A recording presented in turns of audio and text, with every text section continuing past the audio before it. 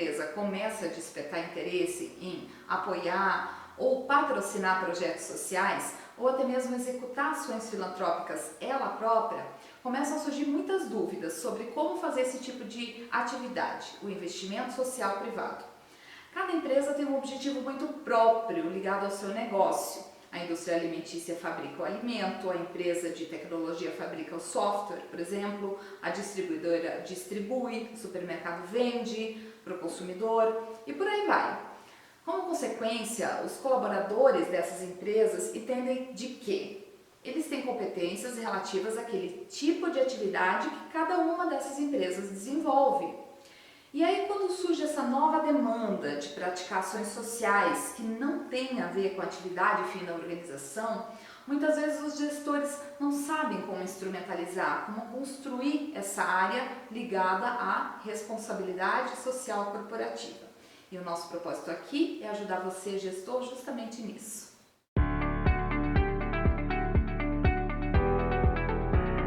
Muitas empresas travam quando o assunto é investimento social.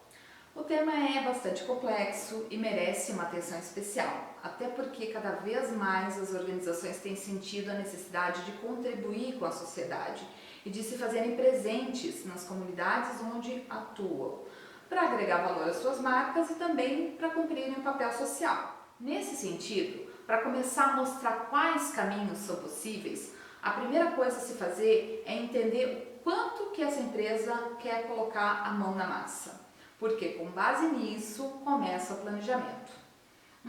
Colocar a mão na massa? Como assim? Eu explico. Existem dois caminhos iniciais. A empresa como protagonista de ações sociais e a empresa como apoiadora de ações de terceiros. Na primeira opção, como protagonista, é aquele caso em que existe o interesse genuíno da empresa em executar ações sociais que beneficiem algum público em especial. Deu para entender? Por exemplo, queremos criar uma escolinha de futebol para as crianças aqui do bairro, do entorno da empresa, ou queremos disponibilizar aulas de música gratuitamente para os jovens, filhos de colaboradores. Um outro exemplo. Queremos angariar alimentos e distribuir nas casas de repouso, creches locais. Queremos angariar brinquedos e distribuir nos bairros carentes no Dia das Crianças. Queremos promover cursos técnicos para formar pessoas, para ajudar no encaminhamento para o trabalho. Observem que tem ações mais simples e outras mais complexas, né? Seja qual for o desejo, nesse primeiro caminho, quem vai promover isso na prática é a sua empresa, que vai precisar de braços para executar. Mas aí já surge uma dúvida. Adorei a ideia, mas como é que eu vou fazer tudo isso se eu já tenho muito trabalho nas minhas 40 horas semanais? Tenho muito serviço, sobra trabalho, falta hora. E como é que eu vou pedir para outros colaboradores se envolverem se a situação deles é igual ou ainda mais complicada que a minha? Isso nem vai gerar lucro para a empresa. E aí? O primeiro passo é definir uma pessoa para gerir, para administrar essas ações. Alguém que responda oficialmente, que de preferência isso esteja bem claro, bem especificado na lista de atribuições dessa pessoa.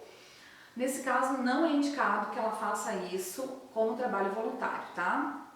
A partir daí, a empresa pode organizar essas ações em formato de voluntariado, sim, num programa de voluntariado para que mais colaboradores possam se inscrever e participar. E aí tem que olhar lá para a lei do voluntariado, o que pode, o que não pode o funcionário fazer, se pode ser no horário de serviço ou não, tem todo um regramento, uma legislação a ser obedecida no que tange ao voluntariado. Esse é um tema para uma conversa mais longa, só sobre isso aqui no Guia do Patrocínio.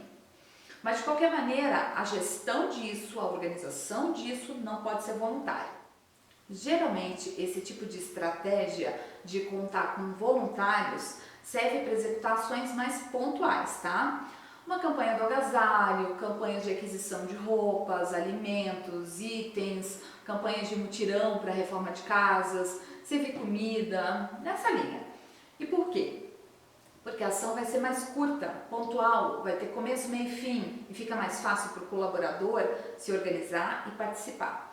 Ações que demandem mais tempo, mais envolvimento, não é que não dá certo, tá? Mas para isso, o programa precisa estar mais maduro dentro da organização, na minha opinião. No início, eu sugiro que a empresa dê pequenos passos para depois, quem sabe, investir num programa de voluntariado mais robusto, que promova mais engajamento. Essa pessoa que inicia o processo é o embrião para a criação de uma área ou um departamento de investimento social, com mais colaboradores contratados exclusivamente para isso. Aí sim, quando você minimamente tem uma equipe trabalhando só com isso, fica mais realista investir em projetos de continuidade. Às vezes o empresário fica super empolgado em criar algo como uma escolinha de futebol, de tênis, de vôlei, de dança, de teatro, mas não consegue quantificar o quanto que isso vai exigir da sua equipe no dia a dia e também a longo prazo, né?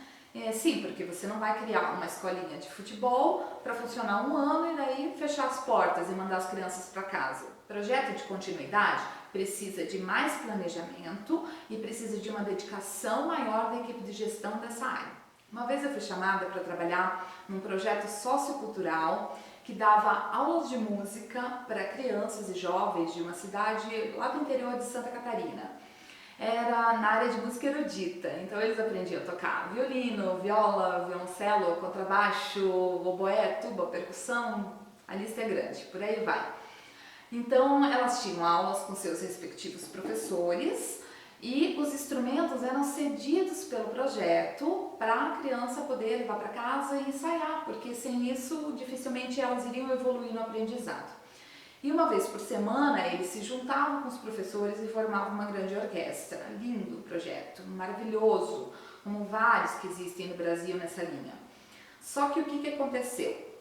O projeto recebia verba de uma única fonte de renda, a prefeitura local, que era no caso a mantenedora. Acaba que mudou o prefeito que assumiu cortou grande parte da verba, o que inviabilizou o projeto. Resultado? A equipe de gestão teve que recolher os instrumentos das crianças. Pensa na situação delicada, criança chorando. Eu entrei logo depois dessa época justamente para trabalhar num plano de viabilidade, de sustentabilidade para o projeto, né? Que não é uma iniciativa empresarial, mas que serve muito como exemplo de como ações de continuidade precisam de dedicação. É isso que você tem que levar em conta se você quer criar as ações dentro da sua empresa, vinculadas diretamente à sua estrutura e à sua marca. Dá trabalho, mas também fica tudo sob o seu controle. Tem uma série de vantagens nisso também. Tudo que eu falei até agora era referente ao primeiro caminho, à primeira opção, a do faça você mesmo, criando um departamento aí dentro da empresa. Com o tempo, dependendo da envergadura, do tamanho dos projetos sociais que a organização for implementando ao longo dos anos, pode ser que seja necessário e que vale a pena abrir um instituto ou uma fundação para gerir melhor tudo isso. Pergunta de $1 milhão: qual a diferença entre instituto e fundação? Ambas são organizações sociais, são associações privadas, mas sem fins lucrativos. Antigamente se chamava de ONG, Organizações Não Governamentais. Hoje nós chamamos de Organizações Sociais, OS. Na prática, é um conjunto de pessoas que se junta com o mesmo objetivo em comum de beneficiar a sociedade de alguma maneira.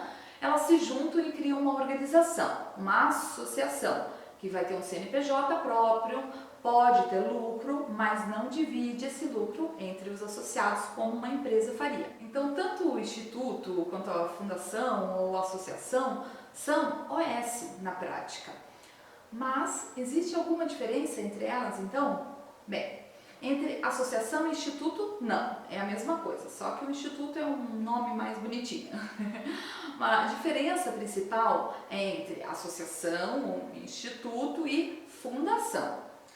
São legislações diferentes. Associações, artigos 53 a 61 do novo Código Civil. Fundações, artigos 62 ao 69 do novo Código Civil. A fundação, ela precisa ser criada, nascer já com um patrimônio considerável. Ou seja, ela precisa de cara ser aberta com um bom capital, que pode ser doado por uma empresa, por uma família. e que, consequentemente, para sua abertura, o seu estatuto e o seu valor patrimonial inicial serão avaliados pelo Ministério Público para liberação. E provavelmente ela também venha a ser mais fiscalizada durante a sua vida por conta disso. Isso não ocorre, não acontece com o outro tipo, a associação, o instituto, enfim. O restante das características é bem similar. Tem que ter estrutura, com diretoria, presidente, vice-tesoureiro, um secretário, um mínimo ímpar de pessoas do conselho fiscal, conselhos consultivo e deliberativo são opcionais. Algumas empresas, quando criam uma associação, elas elencam cadeiras do conselho que especificamente devam ser ocupadas por pessoas da empresa, para criar um vínculo. Outras associações também levam o próprio nome da empresa ou do fundador da empresa. Fundação Hermann Hering, Instituto Joanes Zonta, Fundação Bung, Fundação Grupo Boticário, Fundação Bradesco, exemplos. Tanto o instituto ou a associação quanto a fundação se encaixam naquilo que a gente chama no Brasil de terceiro setor. Que é esse terceiro setor? O primeiro setor, também conhecido como setor público, é o Estado. As prefeituras, os governos estaduais, o governo federal, que agem em prol dos interesses públicos. O segundo setor é o privado, a livre iniciativa, as empresas que giram em torno do lucro, o chamado mercado. Diante das dificuldades do Estado em suprir todas as demandas sociais, o setor privado começou a ajudar nas questões sociais, através das inúmeras instituições que compõem o chamado terceiro setor, que são as organizações de caráter social. Existe também agora um quarto setor, muito parecido com o terceiro, só que numa ótica empresarial. É uma categoria de empresas que são movidas sim por lucro, mas cujo business está relacionado ao desenvolvimento social, ao desenvolvimento ambiental, os negócios sociais.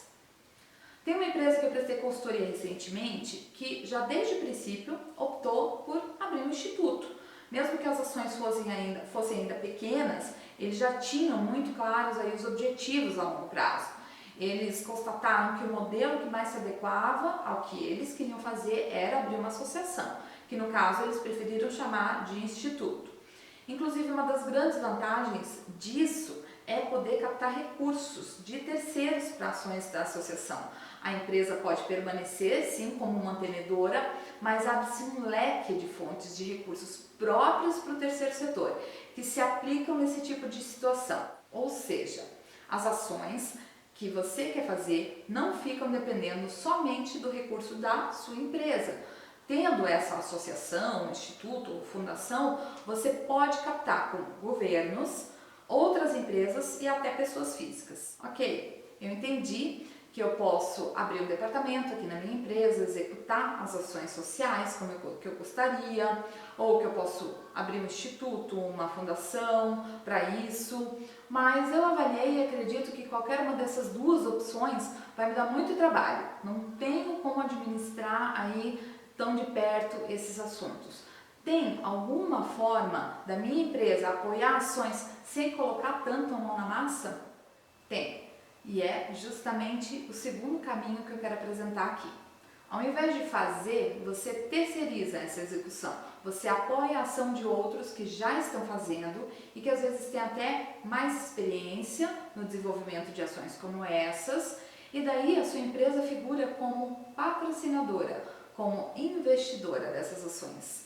Algumas pessoas chamam isso de patrocínio, outras de investimento social privado. É uma forma de contribuir, de posicionar sua marca como socialmente responsável e ainda tem uma série de benefícios, dependendo da forma como é feito, que eu já vou falar sobre isso. E você não tem que se preocupar em realizar, em produzir, em executar as ações. Esses patrocínios podem ser direcionados a ações, eventos, organizações sociais que possuam os valores alinhados com os valores da sua empresa.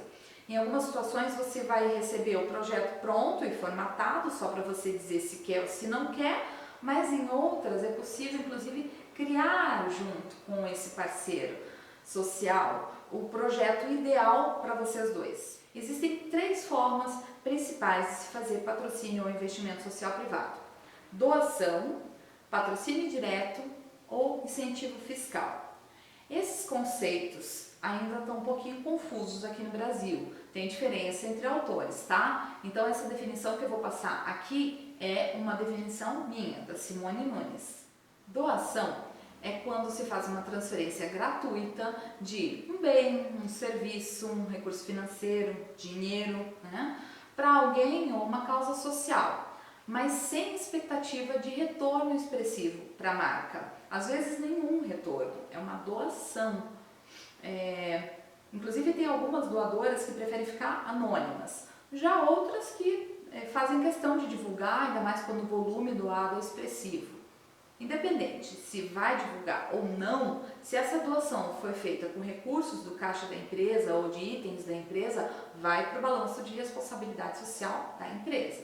Já o patrocínio direto é o repasse de recursos financeiros da empresa diretamente para projetos ou ações de interesse, sem abatimento em impostos, mas aí sim existe uma clara necessidade de haver retorno para a marca, um retorno de marketing. Você tem a liberdade de escolher para onde, o que quer patrocinar. Inclusive, isso não se limita a projetos sociais. Você pode ter mais interesse em patrocinar o voleibol, como o Banco do Brasil vem fazendo há muitos anos, ou grandes eventos musicais, como o Rock in Rio, os grandes campeonatos de futebol. Entram nessa linha os eventos técnicos, como congressos, palestras e afins. Ou seja, você vai patrocinar com um objetivo mercadológico, aquilo que vai dar retorno para sua marca. E por último, nós temos o patrocínio incentivado. Algumas empresas, geralmente de lucro real ou lucro presumido, podem patrocinar ou incentivar, que seria o termo correto, através da renúncia fiscal. Destinar uma parte dos impostos que já seriam pagos para o governo para projetos culturais, esportivos ou sociais. A empresa faz um repasse especificamente para projetos pré-aprovados pelo governo e daí pode abater parte ou todo o valor patrocinado daquele referido imposto que ela está usando, ISS, IPTU, ICMS ou imposto de renda. Ou seja, nessa opção, a organização incentiva projetos de interesse, agrega valor à marca e nem sempre precisa investir recursos do caixa. Nesse caso da renúncia fiscal, eu acho importante esclarecer que esses projetos que são aprovados pelos governos, pelas prefeituras, governos do estado, governo federal, embora a gente chame de projeto cultural, esportivo ou social, eu prefiro chamar às vezes de sociocultural, socioesportivo e o social. Por quê? O social é aquele criado para atender públicos carentes, crianças, jovens, idosos que necessitem de cuidados, pessoas com câncer, pessoas com necessidades especiais. Mas os culturais e os esportivos também são sociais. As leis de incentivo à cultura, através das quais são aprovados os projetos culturais, não foram criadas só para que artistas tivessem mais uma fonte de renda. Foram justamente criadas também para que as pessoas de baixa renda pudessem ter acesso aos produtos culturais feitos pelos artistas brasileiros. Produzir é caro no Brasil, então a gente não teria acesso a tanta coisa, livro, música, dança, teatro, filme, de maneira barata, como a gente tem, principalmente nas capitais, se não fossem essas leis. Então, por isso que eu digo, é social sim. E as leis de incentivo ao esporte, que aprovam os projetos esportivos, por sua vez, elas viabilizam a carreira de milhares de atletas, que se tornam símbolos de dedicação, de treinamento, de superação, que encontram no esporte uma forma para sair de uma condição muitas vezes precária, e que ainda por cima levam o nome da sua cidade, do estado, do país, dos patrocinadores para a grande mídia, para fora do país. É social sim. Então, qual o melhor caminho para quem quer fazer investimento social privado? Abrir um instituto, uma fundação ou um departamento? Executar ações dentro da empresa com os colaboradores, voluntários? Apoiar ações de terceiros através de patrocínio ou incentivo fiscal? Fazer doações? Tem gente que faz um mix de tudo isso. Eu acabei de expor alguns conceitos, até porque para alguns gestores isso tudo que eu falei é um universo paralelo, muito novo, então é preciso sim a gente contextualizar. E coloquei alguns possíveis caminhos, que eu espero muito que ajudem a tomar decisões, que ajudem você a sair da estaca zero, Se tiver dúvida, manda pra gente responde, indica consultorias que podem ajudar de uma forma mais completa, seja criar o seu departamento ou o seu instituto, fazer o seu programa de voluntariado, usar a renúncia fiscal, selecionar os melhores projetos para sua marca.